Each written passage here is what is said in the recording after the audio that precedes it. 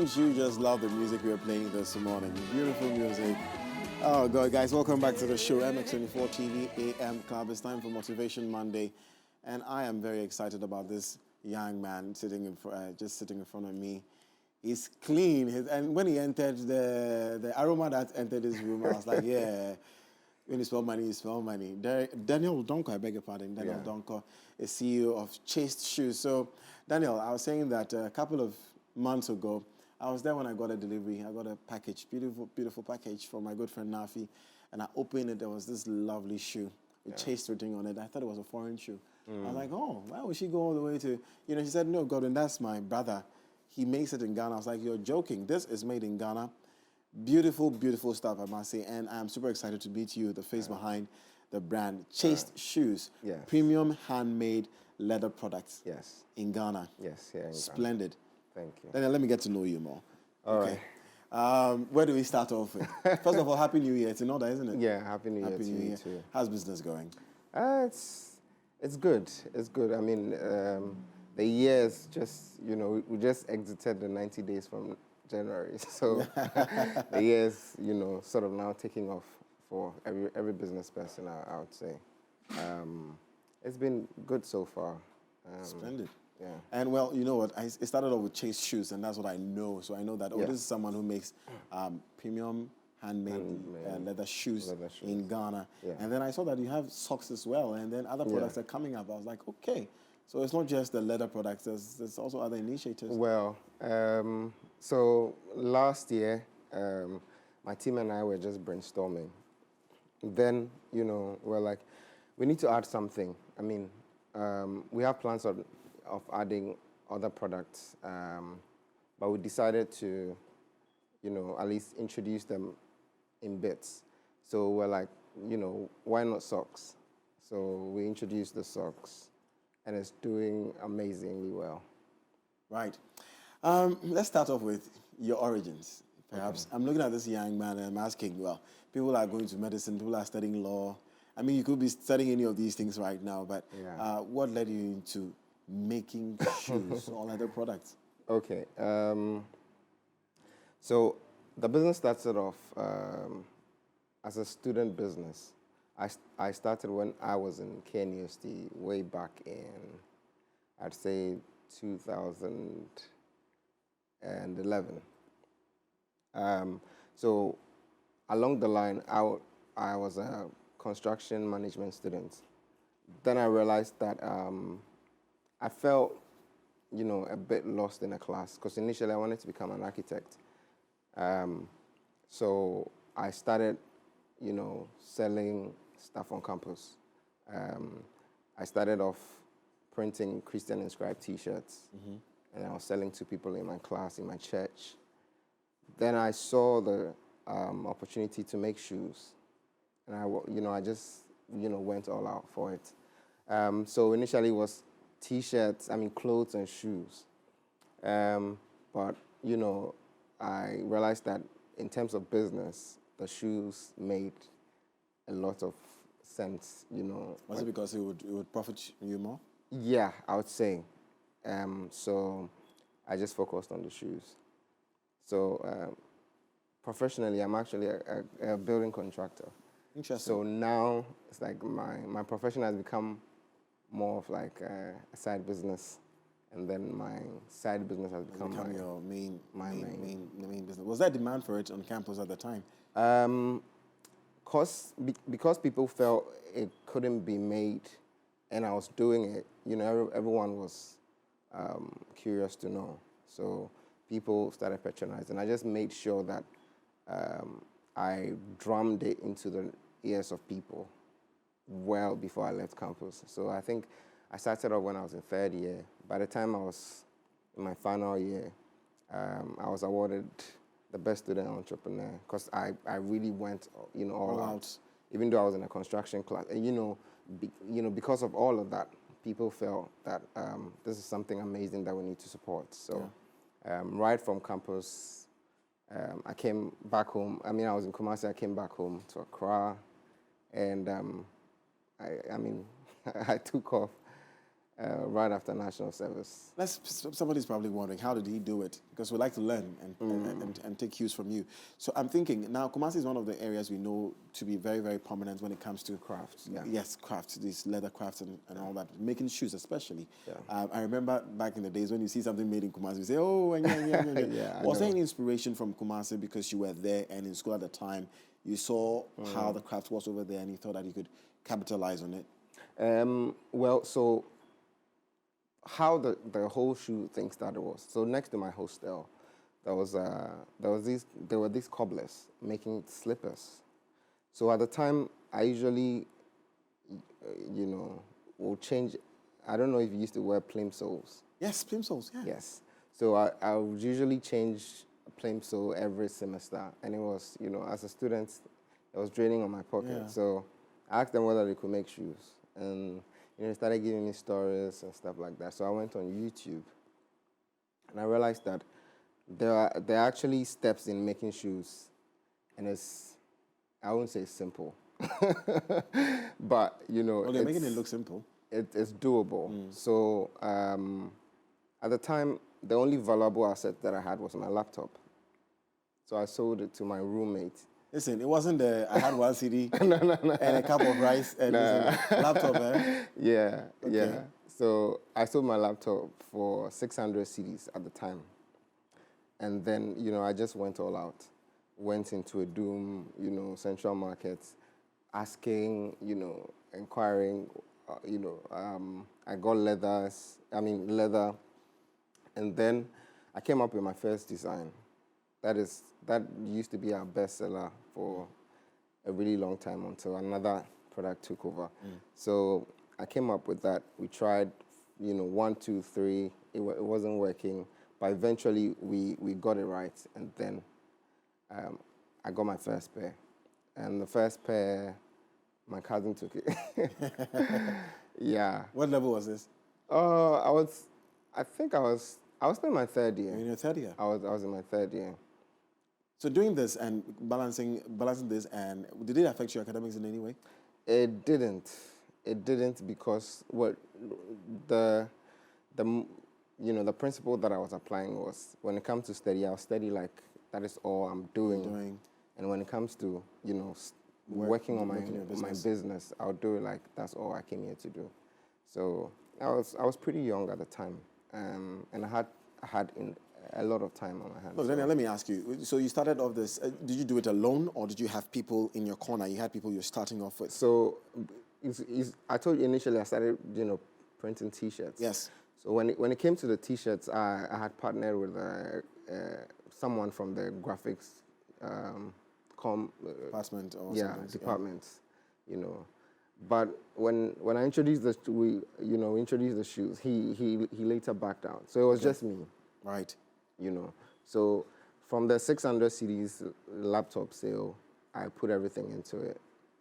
And because I was so excited about it, within the first 4 months, I lost everything. Everything you had.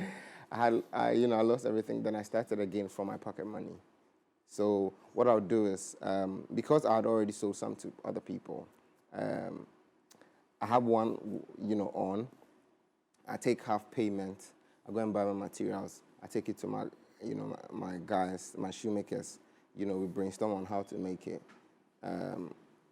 So, it was profitable right from the beginning. Right. So the half payments could, produce it. And then when I make my profit, when I get another order, I produce 2. So by the time I was, into my final year, second semester, I was, I had stacks in my room. Beautiful. And I, so they actually took over my bed, my student bed. Right. Just shoes. Yeah, shoes, your T-shirts. Designs. Yeah. Your designs. So I was laying on a student bed. Half of it was filled with my products. And I've got roommates that I've actually got pictures of these, and we used to make fun of it. But now, you just kept going. So you wanted to design buildings, and then you started designing shoes. Designing shoes. Very interesting. What was it like after your first sale? When you finally made the first, you were trying to get it right, and then you got it right, and then someone bought it. How was the feeling? Was that some level of encouragement for you to yeah, it was. And how much did you sell it at the time, if you remember? How many years ago was this? That was over 10 years. Wow. Yeah. 2013? I completed 2013, but I started doing it in 2012. 12. Yeah. Okay. Right. And do you remember how much you sold it for? Yes. How much? 60 CDs. 60 CDs. Wow. 60 CDs at the time. Yeah. That was still a little bit expensive, wasn't it? I mean, I sold it to 10 years ago. You sold it to a student. A student, so I believe. Why did they buy it? Did they know that it was made in Ghana? Yeah, I told them. That you made it yourself? Yeah, I told them that it was made. So, I mean, they felt that it was a great initiative for a construction student to be doing something like that. You know, and there were actually people studying, you know, industrial arts. Those people are supposed to be doing what the idea that I was churning out. So, did you get any not envy, but did you get any, what's the word? I'm looking for the word. Did you get any rivalry? Rivalry, yes, on campus, knowing that you're a construction student and you're doing this. A little bit, but and people started copying. Did people start copying you? Oh, people have copied us. So people have copied you over the years. Over the years. But sometimes I just see their stuff on social media, and I rather draw motivation from it because it makes you feel like you're doing something good. Very good. Very good, yeah. Let me take you back to where you had the idea. Now, something people always ask, you get an idea, it's beautiful, you're on your own. I asked if you had people backing you, you had some support, some level of support, but you said you sold your laptop to push the idea. When you get an idea and you believe so much in the idea and you think it's beautiful, do you think that, as someone who has been successful with your idea, do you think it's necessary to involve other people? Or do you start the idea to a certain level before bringing other people on? Oh, there are two ways to it. Because you have the idea, sort of, you are the first person that sort of sees the future of the idea, I should say. So if you don't engage someone that also has a visionary eye, to be able to see the future of that idea, and you speak to the wrong person, I think you could, probably be discouraged. So with the other guy that I was working with right from the beginning, he couldn't see it, so he felt like, oh, it's a waste of time, But I'm like, no. How did that make you feel? I felt challenged. Challenged? I felt challenged because I'm like, okay, watch me do it then. Like, yeah. Really? Yeah. This is something you hear motivational speakers say, but we're looking at a real person who experienced it and felt this way. Yeah. What would you say that attitude of yours came from? Is it something you've always had? Is it your personality? Is it your nature? Or is perhaps your upbringing, your parents, something? Okay, I would say I would say it's innate. It's innate. I wasn't so relevant until I was able to tap into, the entrepreneurial side of me. So I've always been like the regular person. Tell me. So until I was able to, tap into this business and entrepreneurial side of me, I didn't understand my essence. I was just going through school. I just knew that I'm good with designs and I'm creative, but my creativity doesn't just end with maybe buildings or shoes. I do other stuff. I do interior design. You should come to my home. Really nice. Beautiful. My office, so I just knew that I was creative. But the entrepreneurial drive, I think I got it from my mom. From your mom? Because my mom has always been a businesswoman, so as far back as JSS, I used to work with her. So doing what? So she used to sell rice, oil, in large quantities. or Katamanto? No, it was right by our home. Where? Where did you grow up? Tema. Yes. Would you say you come from a very good home, as in rich home? No. You didn't grow up rich? No, I didn't grow up rich. I was okay.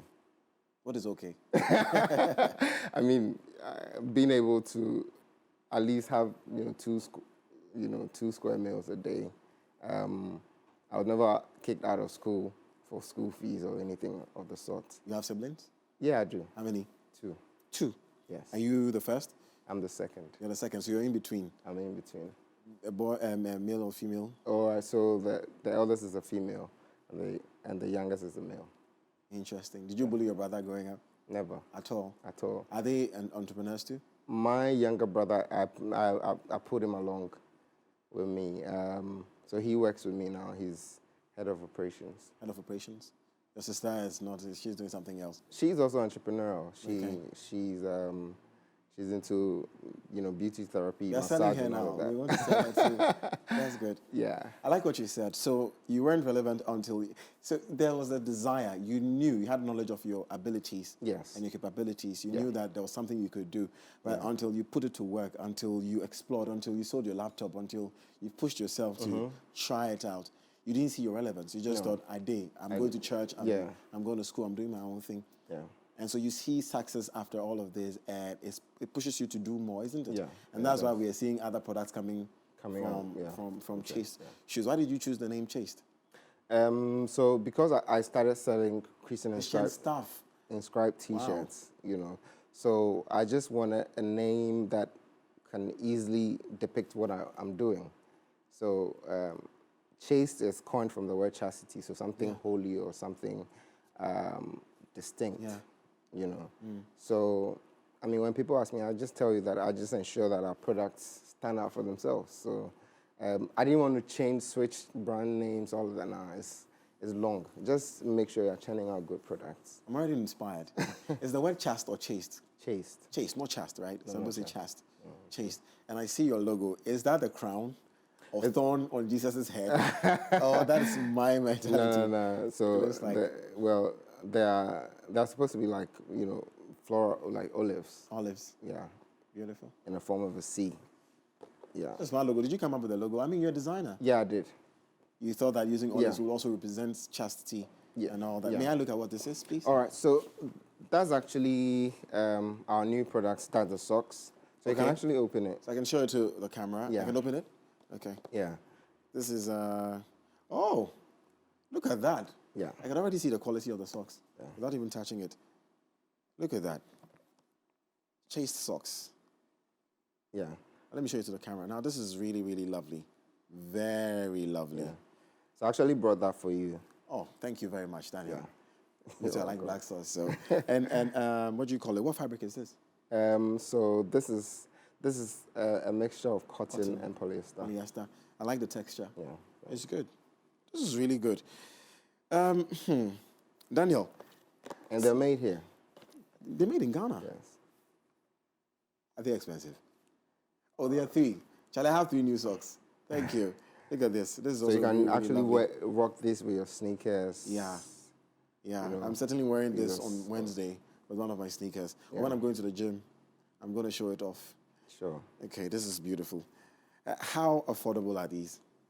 For the socks, or it's a Very affordable, isn't it? yeah. Very affordable. Okay. You did say that, how do you call it? You started out by selling Christian, what's the word? Paraphernalia. Christian inscribed T-shirts. Inscribed T-shirts and stuff. So you definitely have a Christian background. Yeah, I do. Do you live by certain principles? I do. Tell me. I do. So right at the beginning of business, because I was a staunch Christian. I come from I come from a family of pastors, I would say. Okay. So my grandfather. You do look like a pastor, I must say. I do look something like a about pastor. you looks like you're a pastor. Well, are you in ministry? Currently, I'm under training. Okay. Yeah. To be a pastor? One day. Soon come. Yeah. So my grandfather, that's my father's father, is one of the founding fathers of Christ Apostolic Church. Right. Okay, so coming from that background, I've always been a church boy. Okay. Like, I was born in church. I've been in church ever since. So at the beginning of business, I told myself that I wouldn't take I wouldn't take out my faith out of my career, because you realize that we spend a lot of time working than being in church, I would say. So you realize that there are a lot of people that they feel Christian when they are in church. Only on Sundays. Sure. Usually only on Sundays. So I told myself that I will incorporate my faith into my business. So right at the beginning of business, I joined a group of, Christian entrepreneurs and business leaders, founded by currently my pastor, Apostle Randy Impact. And it's called the Spiritual Entrepreneurs Network.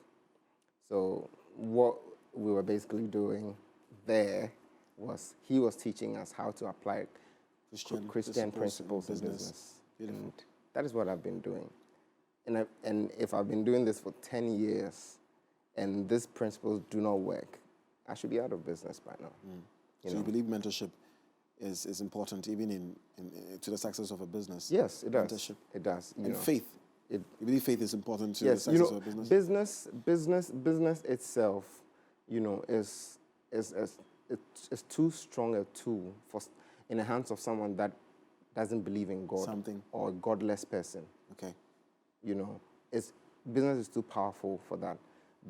Business changes societies. It influences society at a great extent. Take a look at social media. When Meta, for example, founded by Mark Zuckerberg, Mark has changed a lot of lives. Yeah. He has even changed how we do everything, even Christianity.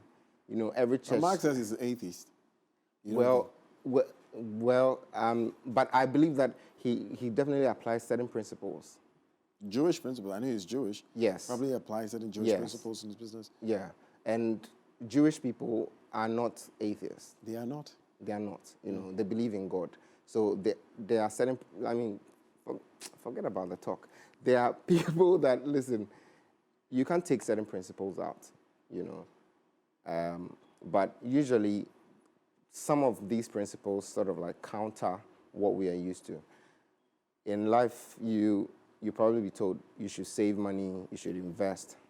But when it comes to Christian principles, you should give. You should give. Sow seeds. Sow seeds. Tithe. So you get more. Get it back. So these are some of these principles. These are the principles you stand on. I stand on your business, and it's my business, and it's working. Working for you. Currently, we have partnered with RIMI, that is Randy Impact Missions International. So what RIMI does is every Wednesday, and twice every year, they go out. Every Wednesday, they go out to rural communities to preach the gospel and then give relief items to the less privileged. So what we as a business is doing is every quarter we produce sandals for school children. Beautiful. That can't afford. Because of time, you're doing very well. I must say, I'm really, really impressed and impacted by what you're saying. Yeah. What would you not do as a person, business? Tell me briefly if you can. What would you not do at all? To take God out of it. To take God out of what you do. Impressive. How do you fund these things? Fund? Yes. From the business. From the business. To replicate. Yeah. So I have 10,000 Ghana cedis. I start my business. I'm making 15 to 18,000 Ghana cedis a month. And is it on profit? Profit. Yeah. I'm making, yes. So you take off the 10,000. So I'm making 8,000 profits. Right? Yeah. I make 8,000 profit a month. I'm giving 5,000 to church. And so I'm left with 3,000. I will still make more? You will. You will. Because, if you are applying the Bible principles, when you read Malachi 3:10, it says that bring all the tithe into the storehouse. But the latter part is what is I love. It said, test me with this and see. So if God has, the only thing God has lifted above himself is his word. He would obey his word. That's it. You sound like everything has been well. Has there ever been any down moments where you were like, apart from when, of course, you sold your laptop and you were beginning, after you begun, has there ever been a moment where you felt like, nah, I shouldn't have done this business, I should have tried something else? I've never felt like I shouldn't have done this business. Probably I felt like this is hard at a point, because trust me, you know, as entrepreneurs, we go through challenges every day. And you being able to overcome your daily challenges is what I believe is success, you know. So we go through it every day, trust me. Niall, yeah, that's all the time I have for you this morning. Truly, truly, truly appreciate your time and thanks for having me. Your wisdom. Yeah. Definitely remembering to keep God in whatever we do. Yeah, very, very important. You have some last words. What's your favorite scripture? Favorite scripture, I would say Malachi 3:10. Malachi 3:10? Yeah. Wow, that's impressive. I hardly hear anybody saying that. So even in, well, I mean, there's a corporate tithing, you know, personal, like, you know, there's a lot. It's working for me. Right. You know, when you come into my office, I have it boldly inscripted at the, you know, in my office, man helped by God. And because I've been in church for so long, at a point, I felt church wasn't really relevant. So I was doing my own thing. Yeah. But I got to a point in doing my own thing, and I realized that no, I needed God, because I got stuck. Right. You know, at a point, the business was at the verge of collapsing, and I was, you know, so losing a lot. But then I went back to God, and in the midst of prayer, God made me understand that you can't take me out of this. So, I mean, there was something miraculously happening, and I felt like this is it. This can only be God.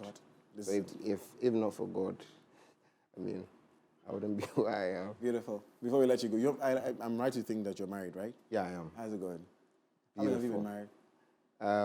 A year and if you forget, your wife will worry you. A year and 4 months. A year and 4 months. So young in marriage. Yeah.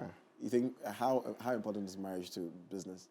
It stables you as a man, you know, even as an individual, it stables you.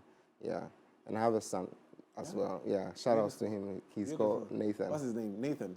Nathan. Good morning. I'm sure he's too young to know what's going on. Yeah. Beautiful. Daniel ODONKOR, thank you very much. Thank you for having me. Wish you all the best. Thank you. Right. For my socks. You're welcome. We'll discuss brand ambassador conversations. No problem. I'm looking forward to it. No problem. Yeah, thank you so much. Thank you for having me. Wow, Motivation Monday, Dan. Oh, Lord, I'm enjoying today's edition of the AM Club. Up next, we have The Plug.